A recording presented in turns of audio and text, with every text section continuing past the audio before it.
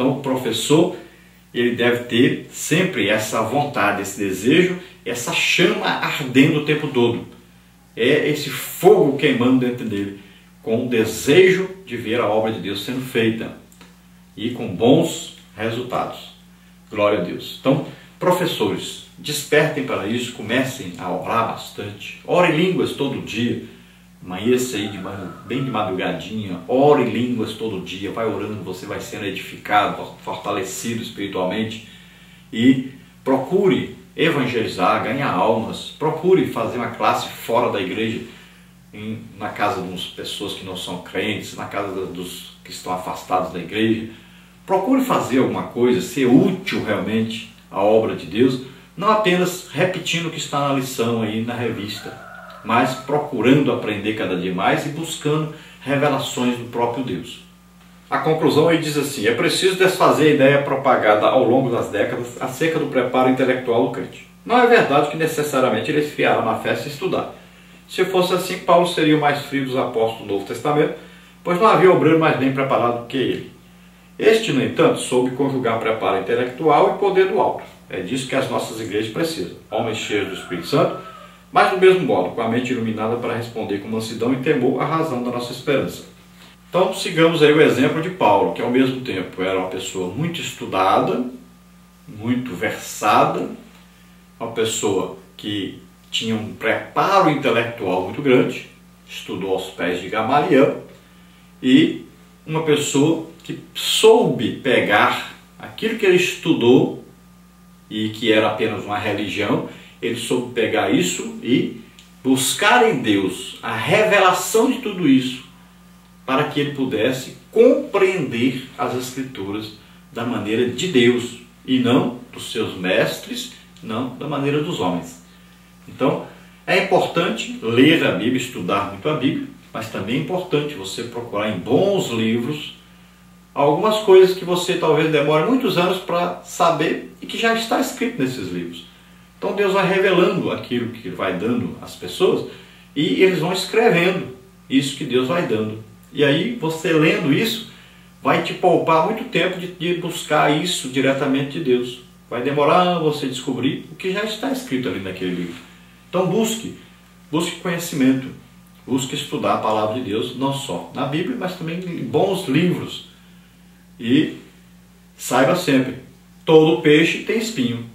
Então você lendo a Bíblia sempre, você vai saber o que é espinho e o que é carne. Vai aproveitar só o que interessa.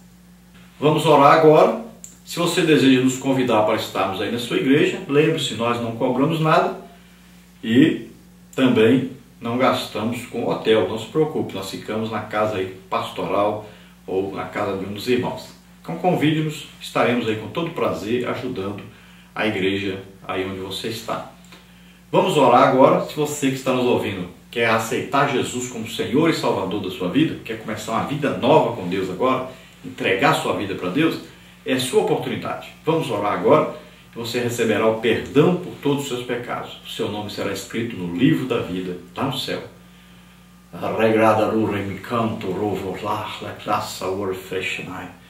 Deus se alegra daqueles que ouvem a sua palavra e respondem com o coração aberto.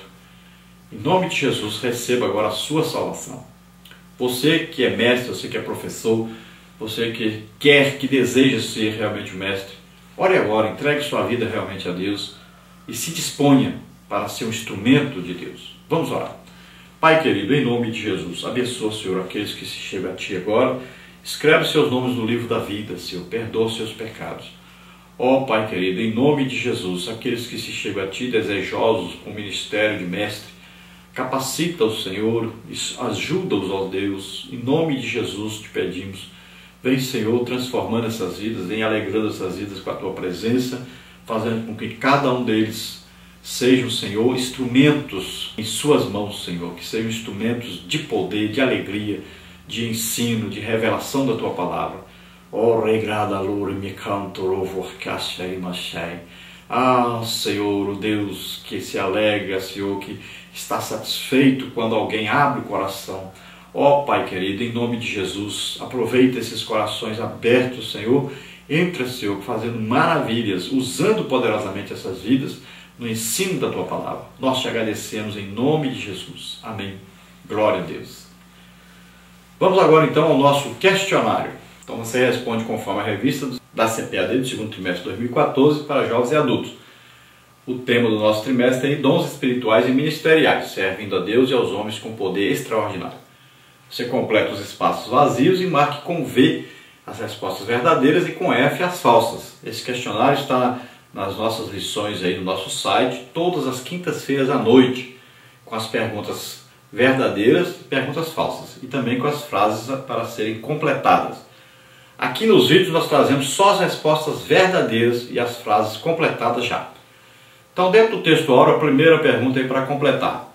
De modo que, tendo diferentes dons, segundo a graça que nos é dada, se a ensinar, haja dedicação ao ensino. Verdade prática agora, a segunda pergunta aí para completar. Os vocacionados por Deus para o ministério do ensino são por ele chamados para edificar a Igreja de Cristo. Agora, dentro do comentário da introdução, pergunta número 3. Por que o ministério do ensino da palavra é primordial para a Igreja? É primordial para a Igreja exercer o discernimento do que tange ao tempo em que vive, culturas, teologia, filosofias, etc. Tão importante é a função do mestre na Igreja que as Escrituras declaram o quanto ele deve esforçar-se intelectualmente para exercer tão nobre tarefa. Romanos 12:7, 1 Timóteo 4:13. É uma tarefa importante e indispensável que exige muito de quem a desempenha. Parte 1. Jesus, o mestre por excelência. Pergunta número 4. Como era o ensino do mestre da Galileia? Jesus. Então, doutor incomparável, percorria Jesus toda a Galileia, ensinando nas suas sinagogas e pregando o evangelho do reino. No ministério terreno, seus sermões, ensinos e discursos eram inflamados pelo amor às pessoas. Diferente dos escribas, ele ensinava como quem tinha autoridade. Mateus 7, 28 e 29. A verdade emanava da pessoa de Jesus. Os que o ouviam só tinham duas opções, amá-lo ou odiá-lo. Era impossível ouvi-lo e ficar indiferente. Jesus transtornava a consciência do acomodado e aquietava o coração do perturbado. Pergunta número 5. Jesus era um mestre divino? Em visita a Jesus, um mestre da lei chamado Nicodemos, educado nas melhores escolas religiosas de Israel e grande conhecedor das escrituras hebraicas, reconheceu em Jesus um personagem incomum do seu tempo. Esse mesmo fariseu, que era príncipe dos judeus, afirmou que o nazareno não poderia fazer o que fazia se Deus não fosse com ele. Jesus é chamado mestre cerca de 45 vezes ao longo do Novo Testamento. Pergunta número 6. O que fez Jesus para ensinar que ele era o mestre da humildade? Complete. A fim de ensinar os discípulos acerca da humildade, Jesus levantou-se da ceia, tirou as vestes, tomando a toalha, cingiu-se. Depois pôs água na bacia e começou a lavar os pés aos discípulos e a enxugar-los com a toalha com que estava cingido. João 13, 4 e 5. Que cena chocante para os judeus. A pergunta de Pedro descreve essa perplexidade. Era inimaginável um mestre encurvar-se para lavar os pés de pessoas leigas. Jesus era um mestre e deu exemplo aos discípulos. O Emanuel, Deus conosco, encurvou-se diante dos homens. Isso se deu porque o ensino de Jesus não era mero discurso, mas espírito e vida. João 6,63. Ele nos convida a fazer o mesmo. Vós me chamais mestre e senhor, e dizeis bem, porque eu sou. Ora, se eu, Senhor e Mestre, vos lavei os pés, vós deveis também lavar os pés uns aos outros, porque eu vos dei o exemplo, para que, como eu vos fiz, façais vós também. João 13, 13 a 15. Parte 2. O ensino das Escrituras na Igreja do primeiro século. Pergunta número 7. Antes de ascender aos céus de modo solene, Jesus determinou aos seus discípulos que ensinassem todas as nações a guardar todas as coisas que ele tinha ordenado. O que fizeram os discípulos a respeito da ordem de Jesus para ensinarem? O livro de Atos registra a obediência dos primeiros apóstolos no cuidado de cumprir a determinação de Jesus. Após a descida do Espírito Santo, Atos 2, de 1 a 6, o discurso de Pedro foi um verdadeiro ensino proferido no poder do Espírito Santo, Atos 2, 14 a 40. Tendo em vista a plena edificação da igreja na palavra, o Senhor Jesus, através do Espírito Santo, dotou alguns de seus servos com o dom ministerial de mestre ou doutor, Efésios 4, 11. Esse dom é uma capacitação sobrenatural do Espírito. E isso não significa, porém, que devemos descuidar de nossa formação intelectual, pois o preparo para o ensino passa pela capacidade de aprender para posteriormente ensinar. Pergunta número 8. Como era a doutrina dos apóstolos? O texto de Atos 2,42 informa-nos que os primeiros convertidos perseveravam na doutrina dos apóstolos e na comunhão e no partir do pão e nas orações. Além disso, acrescenta que em cada alma havia temor e muitas maravilhas e sinais se faziam pelos apóstolos. A doutrina dos apóstolos aqui referida trata-se do conjunto de ensinos de Cristo ministrados por eles de forma constante e eficaz para o crescimento integral dos novos crentes. Pergunta número 9, sobre o ensinamento persistente, quem foram os primeiros mestres das Escrituras? Então, os primeiros mestres das Escrituras foram os integrantes do colégio apostólico, como está em Atos 5,42, confere com os versículos 40 e 41. A igreja começou nas casas onde o ensino era ministrado a pequenos grupos nos lares. Falando aos anciãos de Éfeso, o apóstolo Paulo mostrou-se como verdadeiro mestre que ensinava publicamente e pelas casas, testificando tanto aos judeus como aos gregos a conversão a Deus e a fé em nosso Senhor Jesus Cristo. Deus havia preparado homens para ensinar e levantado doutores na igreja em Antioquia. O Pai Celestial igualmente deseja levantar mestres em sua igreja. Vivemos dias em que este ministério nunca foi tão necessário.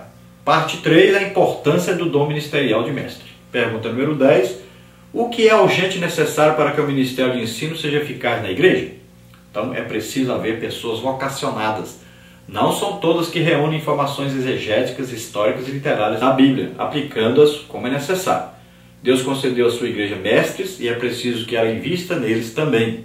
Muitas vezes, por absoluta falta de preparo dos obreiros, predomina a superficialidade bíblica e a infantilidade espiritual, o aumento do engano promovido pelas astúcias dos falsos mestres. Esse dom do Senhor é para a igreja amadurecer em todas as dimensões da vida cristã, ao mesmo tempo em que desmascara os falsos ensinos. Efésios 4,14 aos 4,6. Pergunta número 11. Como assumir com a responsabilidade um discipulado contínuo? Estamos acostumados a pensar que o discipulado termina quando o novo convertido é batizado. Não há nada mais equivocado. O Senhor Jesus chamou-nos para ser os seus discípulos por toda a vida. Quem ensina, instrui os crentes para a maturidade da fé. É um aprendizado diário, permanente e contínuo, tanto para quem é discipulado, quanto para quem está discipulando. Pergunta número 12. Cite pelo menos 4 requisitos necessários ao mestre. Então, que seja salvo em Cristo, que tenha o hábito de ler, que tenha preparo intelectual e que tenha um coração em chamas. Pergunta número 13. Dentro dos requisitos importantes para a igreja reconhecer pessoas com o dom ministerial de mestre, em nossa época, complete. Não pode haver dúvidas quanto à própria experiência salvífica por parte do vocacionado para o ministério do ensino, 2 Timóteo 2, 10 a 13. Infelizmente, há pessoas que não creem naquilo que ensinam. Assim não há verdade nem firmeza nelas. Em nosso país, a leitura é um problema cultural. Se as pessoas leem pouco, a igreja pouco lerá. Entretanto, como ensinaremos se não lemos? O hábito da leitura era levado a sério no ministério do apóstolo Paulo, como se vê em 1 Timóteo 4,13 e 2 Timóteo 4,13. A Bíblia é um instrumento do trabalho do ensinador cristão. Considerando este livro milenar, veremos que a cultura e o mundo da Bíblia são diferentes do nosso.